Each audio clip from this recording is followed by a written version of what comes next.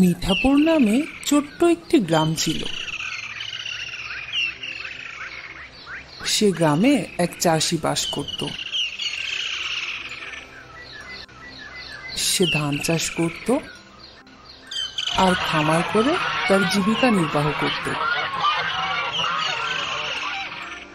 তার বাড়ির সাথে হাঁসের ছোট্ট একটি খামার ছিল। পাশের একটি জঙ্গলের ঝোপে একটা শিয়াল থাকত। চাষির হাঁসগুলোর উপরে তার শিকারের নজর পড়ে। সে হাঁসগুলোকে চুরি করার সুযোগ খুঁজে। সে বলল, ওরে কত বড় বড় হাঁস! আমার খাবারের জন্য আর বেশি কষ্ট করতে হবে না। প্রতিদিন রাতে একটা করে হাঁসকে ক্ষুধা মেটাবো। আজ রাতে একটাকে ধরে খাবো। সেদিন রাতে শিয়ালটি রাতে সেই হাঁসের খামারের কাছে গেল।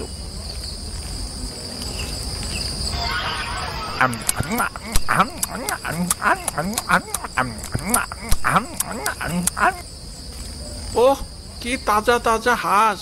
আরো একটা ধরে খাই। না থাক, প্রতিদিন একটা একটা করে খাবো। এতে চাষিও বুঝতে পারবে না।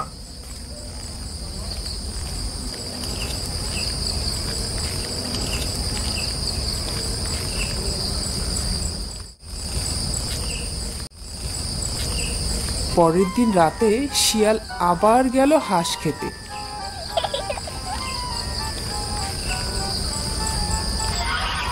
আজ আর এখানে খাবো না, বাসায় নিয়ে গিয়ে আরামে খাবো।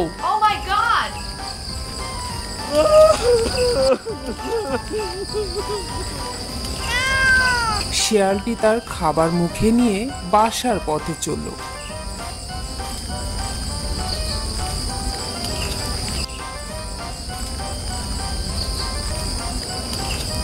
সে জঙ্গলের পাশ দিয়ে যাচ্ছিল।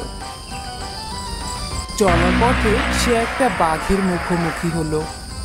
কি হে শিয়াল, আমাকে ফাঁকি দিয়ে শিকারে ভাগ না দিয়ে কই যাচ্ছিস? দেখ, আমিও খাই। দূর মিয়া, বাঘ আবার হাঁস খাই নাকি? যত সব আজগুবি কথা। আর এটা আমার শিকার, বুঝছো? আমি আর ভাগ দিতে পারবো না। যাও, তুমি ওই গ্রামের ভিতর থেকে হাঁস নিয়ে এসে খাও। না, লোকালয়ে যেতে আমার ভয় লাগে। একবার শিকার করতে যেয়ে মানুষের হাতে ধরা খেয়েছিলাম। তারপর সেই লাঠি পেটা খেয়ে কোন রকমে পালিয়েছিলাম। তুই দিবি কিনা বল? না না, আমি দিতে পারবো না। তবে রে, ঠিক আছে, যদি আজ পাই তাহলে তোকে আমি খাবো। দাঁড়া।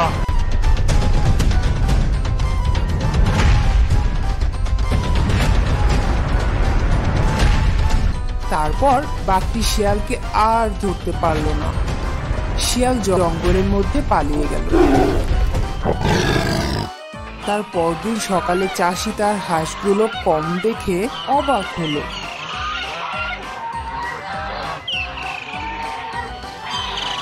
বুঝেছো গিন্নি, প্রতিদিন রাতে একটি করে আমার হাঁস উদা হয়ে যাচ্ছে।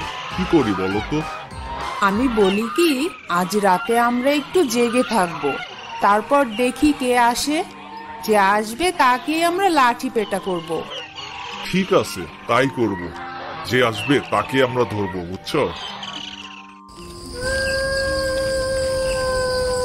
তার পরদিন রাতে বরাবরের মতো শিয়ালটি হাঁস চুরি করতে এলো।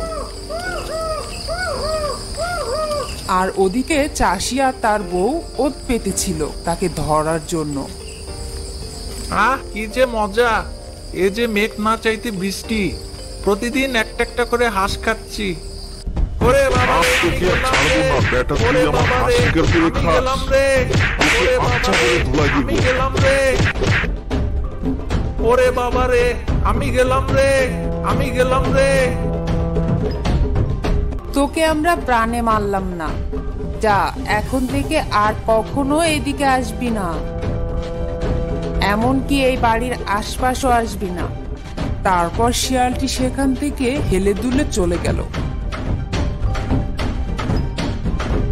সে এই ঘটনার কারণে আর ওই বাঘের ভয়ে এই গ্রাম থেকে অনেক দূরে চলে গেল।